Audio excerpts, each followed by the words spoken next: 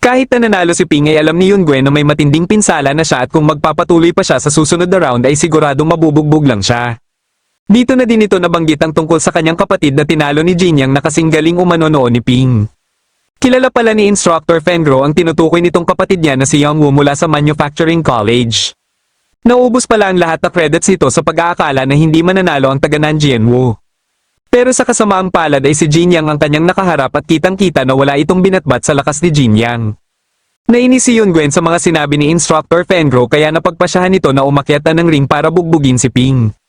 Ngunit biglang dumating si Jin Yang at kaagad na hinamon si Yun-Gwen. Hindi niya umano pwedeng idamay si Ping sa kanyang paghihiganti dahil wala naman itong kinalaman sa nangyari kay Young Woo. Dahil alam ni Yun-Gwen na hindi niya matatalo si Jin Yang ay wala na siyang nagawa. Hindi naman makapaniwala si Ping na bibisita sa Mowo si Jin Yang at ito pala ay dahil tinawagan umano siya ni Feng Qing. Ibinigay ni Feng Qing ang request form para sa Mowo Cave na pirmado na ng principal. Nabanggit na din ni Jin Yang kay Ping ang tungkol sa kauna-unahang National Freshman Exchange Competition. Siguradong pinaghahandaan na ito ng mga eskwelahan dahil layunin ng kompetisyon ay ang mga resources sa pinag-aagawan din ng mga eskwelahan. Ipapalabas ito sa buong bansa at kung gusto ni Ping na makilala siya ay kailangan niyang galingan dito. Makalipas ang ilang araw ay ipinatawag ng mga instructor ang mga estudyante na isasali sa National Freshman Exchange Competition at sa inaasahan ay kabilang dito si Ping. Ang Mowo ang host ng gaganaping kompetisyon at ipinaliwanag na din ng mga instructor ang rason bakit isasagawa ang kompetisyon na ito. Dahil si Ping ang kasalukuyang may pinakamataasang level sa kanilang lahat ay siya ang napili na maging captain ng grupo. Kinabukasan din mismo ay kaagad silang sasailalim sa pagsasanay. Hindi pa din sangayon si Instructor Fengro na isama sa pagsasanay ang kanyang mga estudyante at hindi siya magdadalawang isip na pahintuin ang mga ito sakaling may hindi mangyaring maganda. Kinabukasan ay pumili sila ng kalaban ng alam nilang kaya nilang talunin ngunit dahil wala silang maayos pa na plano ay kaagad silang natalo. Kaya tinuruan sila ni Instructor Tang Feng ng iba't ibang estratehiya at ang sunod na subok nila ay naging matagumpay na sila. Makalipas ang ilang araw na pagsasanay ay ibinigay na din sa kanila ang mga gagamitin nilang sandata. Pagsapit ng araw ng kompetisyon ay dumating din sa venue sila Yuan kasama ang mga kaibigan ni Ping para panoorin si Ping. Naisip ni Yuan na hanapin ang kanyang kuya at nang makita niya si Dali ay may naisip siyang ideya. Habang kinakausap ni Instructor Tang Feng sila Ping ay dumating sila Yuan kasama na si Dali. Plano pala ni Yuan ay pasikatin si Ping dahil alam niyang kaya itong gawin ni Dali. Nang formal ng sinimulan ng kompetisyon ay isa-isa nang ipinakilala ang mga martial artist ng bawat universidad. Unang ipinakilala ang Jingwon na nagpadala ng 10 henyo sa martial arts sa pinamumunuan ng kanilang captain na si Hanshu. Sumunod ay ang 8 Schools Alliance sa pinamumunuan ni Wei Bin at Wuhan University Alliance sa pinamumunuan naman ni Mingeo. At ang huling ipinakilala ay ang kasalukuyang host o ang Mowo University. Pinapwesto sa gitna ang mga captain ng bawat eskwelahan para sa pag-draw. Base sa draw ay maglalaban sa unang round ang Jingwo at Wuhan University. Habang ang makakalaban naman nila Ping ay ang 8 Schools Alliance. Para sa unang laban ng Jingwo at Wuhan ay sumabak kagad ang kani-kanilang mga captain. Pagkasimula ng kanilang laban ay nauna kagad na umatake si Mingeo. Pero kahit anong atake ang gawin niya ay naiiwasan at nasasanggalang itong lahat ni Hanshu. Ilang sandali lang ay gumanti na si Hanshu gamit ang kilala niyang teknik na tinatawag na Sun Combo. Pero gamit naman ang sandata ni Mingeo ay nagawa niya itong sanggain. Muling sumugod si Hanshu at gamit ang pambihira niyang bilis ay nagawa niyang mapuruhan si Mingeo. Ngunit hinila lang ni Mingeo ang kanyang sandata na siyang ikinagulat nilang lahat. Nang maabot na nito si Hanshu ay bigla itong umatake kaya dito na hinugot ni Hanshu ang nakatago niyang espada dahilan para makaiwas siya sa atake ni Mingeo. Katapos ay ginamit niya muli ang pambihira niyang bilis para tutukan si Mingeo ng kanyang espada kaya dito na napilitan si Mingeo na sumuko na lang.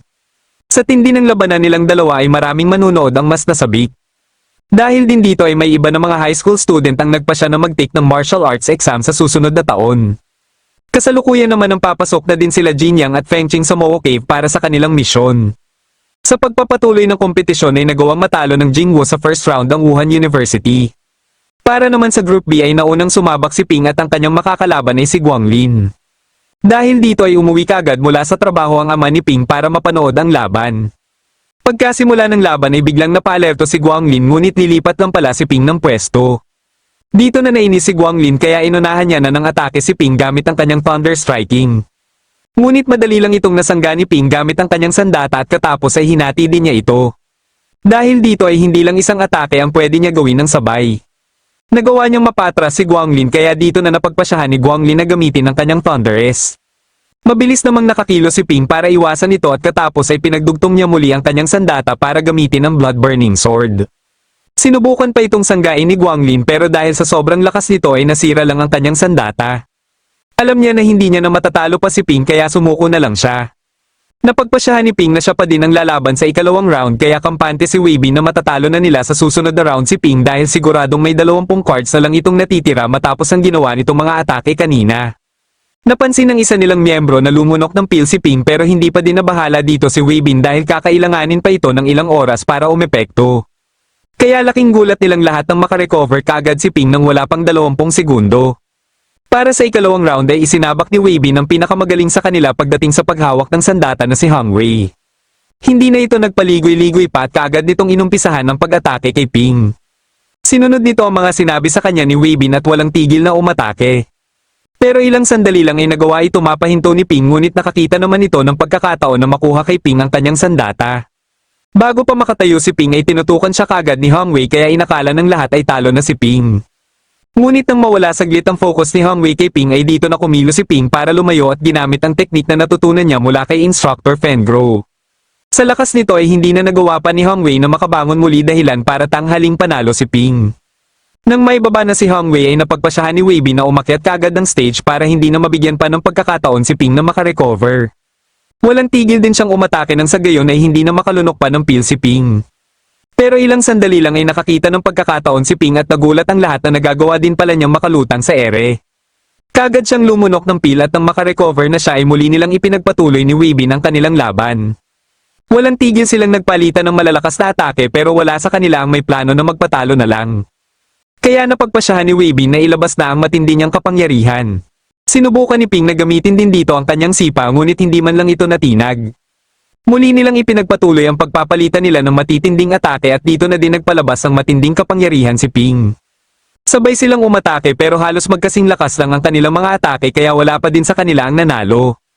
Parehas silang may natirang 30 cards kaya ipinagpatuloy ulit nila ang kanilang laban. Nagpalitan sila ng malalakas na suntok hanggang sa naunang maubusan ng cards si Weibin. At dahil sa patakaran ng kompetisyon ay itinanghal na panalo si Ping. Nagpatuloy pa din siya sa ika-4 na round at plano niya na tapusin ito hanggang sa ika-5 round. Habang sila Jinyang naman ay nakarating na sa parte ng kuweba kung saan ang kanilang sadya. Sa pagtatapos ng unang araw ng kompetisyon ay tinanghal na MVP pareho sila Hansho at Ping.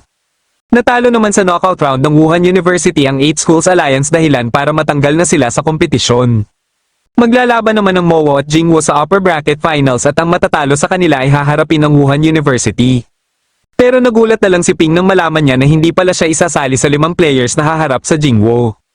Alam ni Instructor Tang Feng na nakatuon ang lahat kay Ping at hindi nila pwedeng ipakita kaagad sa round na ito ang lahat na kayang gawin ni Ping. Kahit hindi sangayon si Ping sa desisyon nila Instructor Tang Feng ay wala na din siyang nagawa dahil alam niyang para din sa ikakatagumpay ng grupo ang estratehiya na ito. Napagpasyahan nila Instructor Tang Feng na isabak sila Zhao Lei, Zhang Dingzumei, Xiaoman at Song Ping. Kaya hindi din maiwasan na magtaka ng mga manunood kung bakit hindi kasama si Ping. Para sa unang round ay unang sumabak si Zumei at ang makakalaban naman niya ay si Xu Jia. Naunang umatake sa kanila si Xu Jia at bagamat sinubukan itong sanggain ni Zumei ay hindi niya ito kinaya.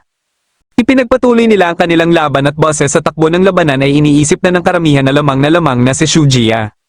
Ngunit wala namang balak na magpatalo na lang basta-basta si Zumei kahit na nararamdaman niya na sa kanyang braso ang pinsala ng mga atake ni Xu Jia. Ilang sandali lang ay gumamit siya ng blood arrow para punteryahin ang mga mata ni Xu Jia. Katapos niyang masangga ang atake ni Xu Jia ay dito niya na ginamit ang kanyang paa para sipain ang betlog nito. Bagamat nanalo siya sa unang round ay hindi niya na kinaya pa na magpatuloy kaya si Changding na ang umakyat ng stage para harapin ang susunod na isasabak ng Jingwo at ito ay walang iba kundi si Hanshu.